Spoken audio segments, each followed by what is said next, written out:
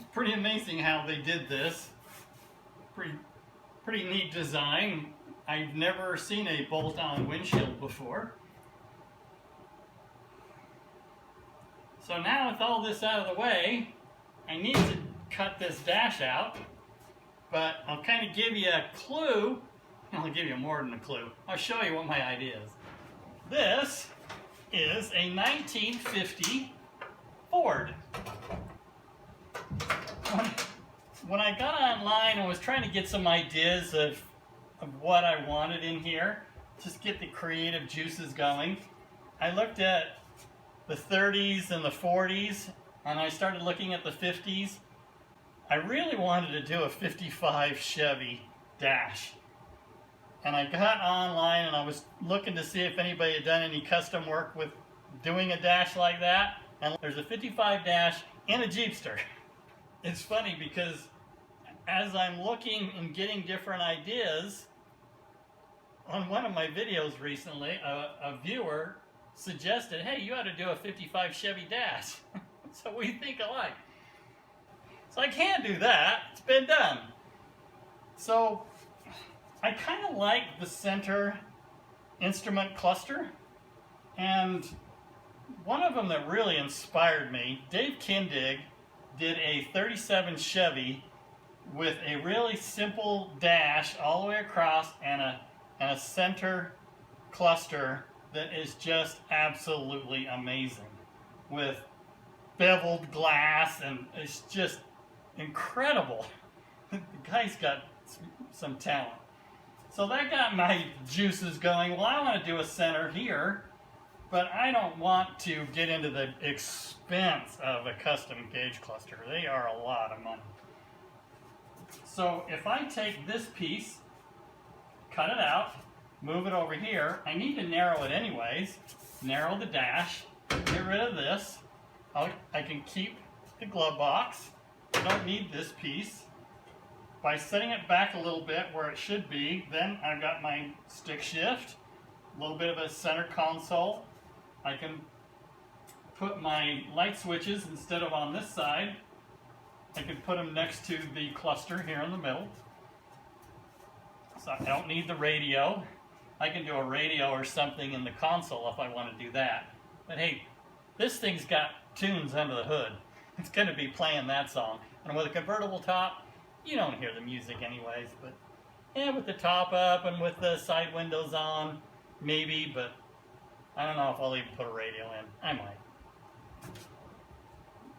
The thing that's really cool about using this that got me really excited, there is a modern gauge cluster you can get for the 50 Ford that goes in here.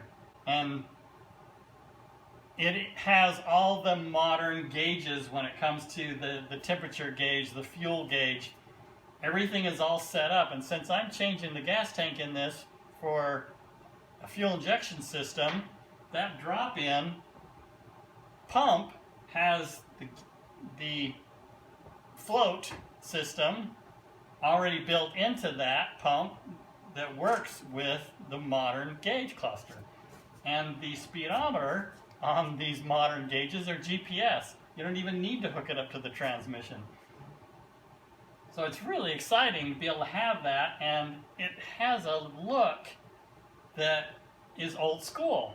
And it even has a rotating speedometer, the miles, instead of a digital.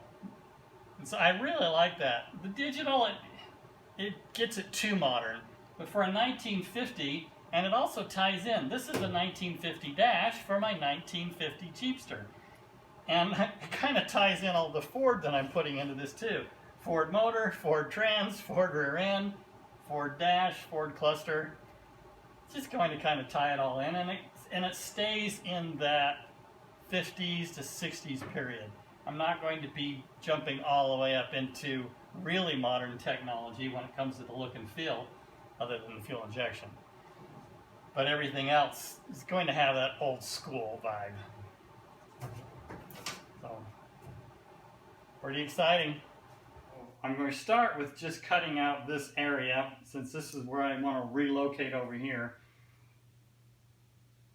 The way this is shaped, I'll probably end up having to, who knows. I'm just gonna fly by the seat of my pants, just start cutting into this. I bought this on eBay for, I think it was $150 plus shipping, and ended up being about 200 bucks. It's kind of expensive for a rusty piece, but when you see something, you just gotta grab it, because you never know if you're going to see it again.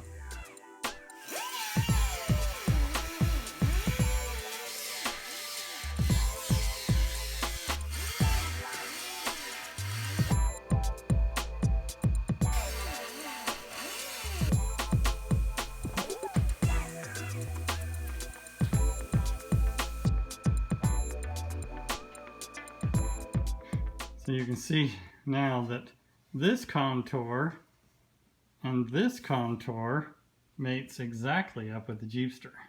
So I'll just go ahead and finish cutting this off all the way to about here. So I'll mark that. And then the steering column is about right here. This has a mount for the steering column on the Ford. There's no reason to have this little dip for what I have planned, so I'll just go ahead and cut about here and about here, and then I can bring everything over and weld it together. So for now, I'll just start with making a cut right here, and then I've got this end, and then I'll just start cutting away and do the same thing on that end. Well, as you can see, it's starting to come together.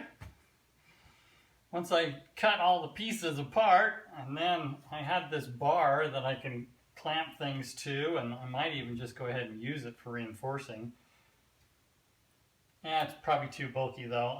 I'll want to use more of this shape.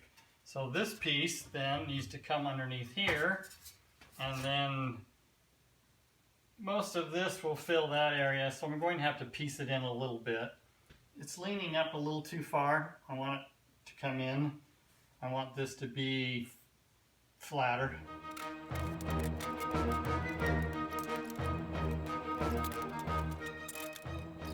It's nice having that out of the way now. I have access to be able to more easily drop this transmission out. And it also gives me a view of my future. The transmission and the engine that I have under my workbench that'll be sitting right here, I need to have an idea of where that shifter is going to be, and this will be able to help me out using this as a guide of what's already there, because I think it's probably going to be pretty close to the same position. And with planning my dash, I want to make sure I have enough room and I'm not busting my knuckles on the dashboard. And if I build a console in here, how is that all going to work? So I'm really planning ahead at this point. Before I start tearing all this out, I want to make sure just what I'm getting into here. I've been playing around with this now. I've pieced it all into a bunch of puzzle pieces so I can get the width that I want. I started by just concentrating on the center. Okay, I need this right in dead center. I want to keep the glove box, so everything else kind of revolves around those two pieces. This contour I want to fall directly below and centered. This end fits nicely in, the same with that end, it fits nicely. By the time I get this up high enough on each corner, then this is too tall. So then I looked at, well, how about if I contour this to match, and then I didn't like the way this was shaped and how it met up with the actual body of the Jeepster. So I decided this piece, since it's got the perfect shape, if I use this as my mounting guide, weld to it, then I can follow that contour So what it's looking like now after piecing everything in is if I section this off of each corner, follow this contour, then cut all this top off. And then I can take this, each end of these shapes, move it up here and weld it on, and then I will be adding a strip of metal, because as you can see from here, this is a perfect match. So that kind of gives me that guide that all these parts are now starting to come together and make sense. So along with that, I'm thinking, okay, since I'm going with this height,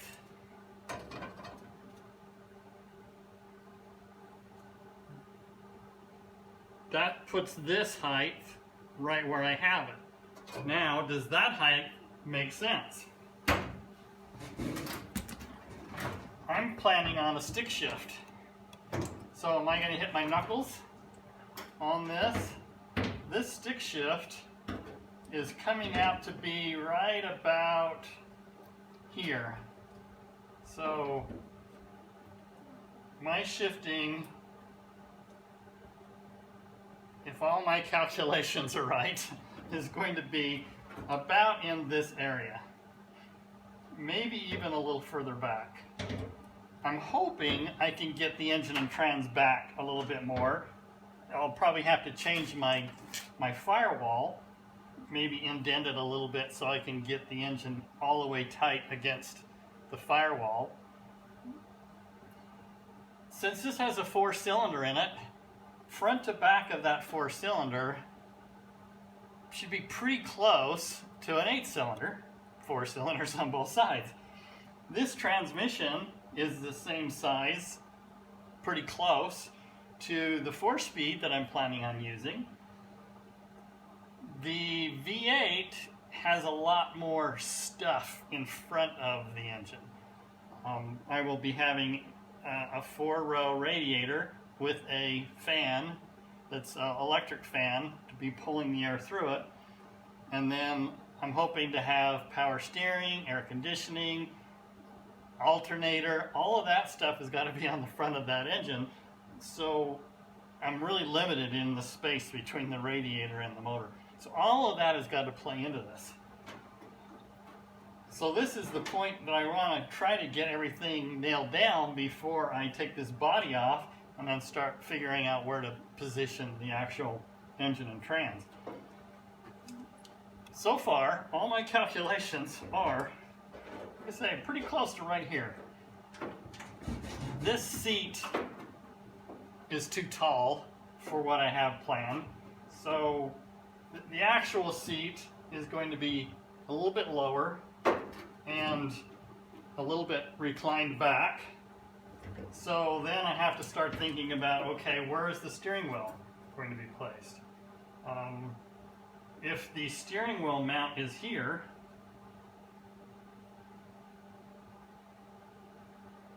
the steering wheel is going to actually be on my lap. I'll be down here like this. That's not going to work. So I cannot bring this down any further. I don't want to bring it up any further because I don't want to be any taller than that. So I can cut this and bring it down, but then I'm cutting into a glove box. That's just adding a whole lot more work. Worst case scenario, I've got to cut this and bring the steering column up. But the way it sits right now, I think I can make this work. It's all feeling about right. So then I'm back to, okay, this is the right height, this is the right width. I want to go ahead and weld all this together. Right now I just have a temporary brace and a whole bunch of clamps. And then I will cut it here. The same on this side. Trim it all the way around this glove box. Follow this body line all the way across. And then I'm going to have to hand build and hand shape this top section. This hole is the push button for the glove box release, if I bring this contour up a little bit higher, it's going to bring that button up a little bit.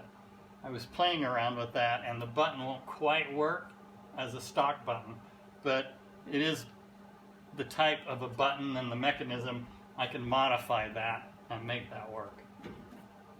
Start to finish, I'm looking at probably 40 hours worth of work to do all the metal work.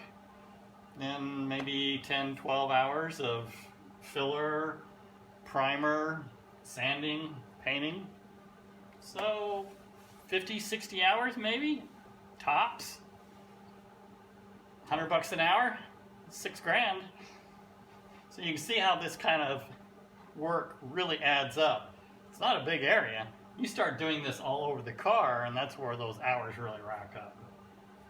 $5,000-$6,000 to have a shop do this? Well, that seems pretty reasonable to have a unique one-off dashboard. I want to keep this hole exactly where it is, so I need to cut up, say, about here, and then I'll cut along this end so that I can keep this hole in the right distance. I could just forget about the hole right now and cut all the way across. It's one of those things, right? You re-drill the hole. But if I keep it right here, and the way this bends and pivots for the actual piece, then it'll make it easier for me to get that hole exactly right.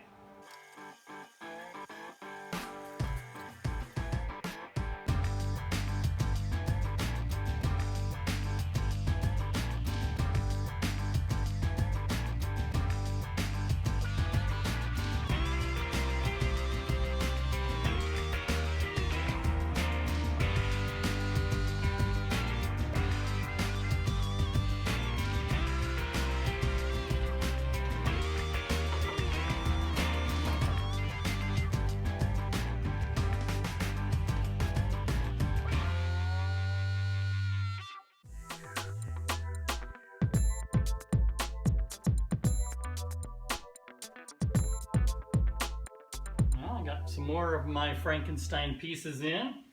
This whole center now is done. Just have to grind the welds down. Got patch panel put in there and a patch there. And I got everything trimmed up now as far as I feel like I should. This has gotten all sloppy now because it's pretty thin around this glove box area, and I just could not control the fitment on this. So I had to weld this glove box door shut. I've been cutting and trimming and planning. I think I have a pretty good idea of what I want.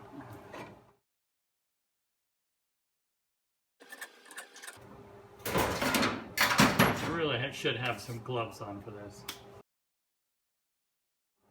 So when it comes to making a shape like this, I just started scouring around the shop seeing if I had a piece of pipe, and I found this piece of aluminum that's a brace for a rack system, and it has just the right contour to it.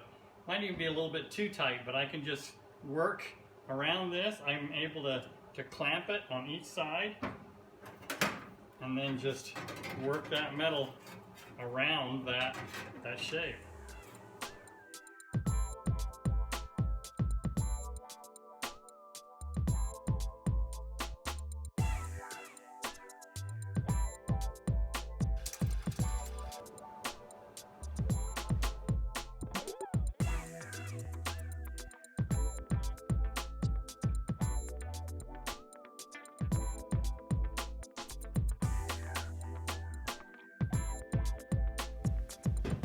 Another day's worth of labor, and more of the monster in my head is coming onto the car.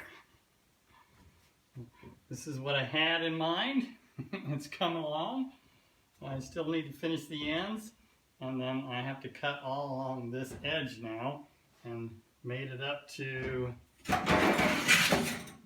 this piece. Take everything back off, and I will figure out a way where I can bolt up through this piece in a couple of spots on each side, because I'm not going to be able to get through to put in the original screws the way they were. It's too cramped. Once I get that mounted down, then I can put it back into place, and then I can just run a magic marker along this edge, trim this to that magic marker line, weld it to here.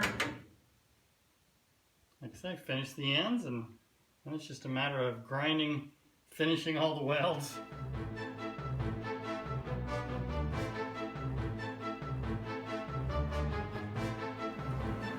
I think I might be out of argon gas.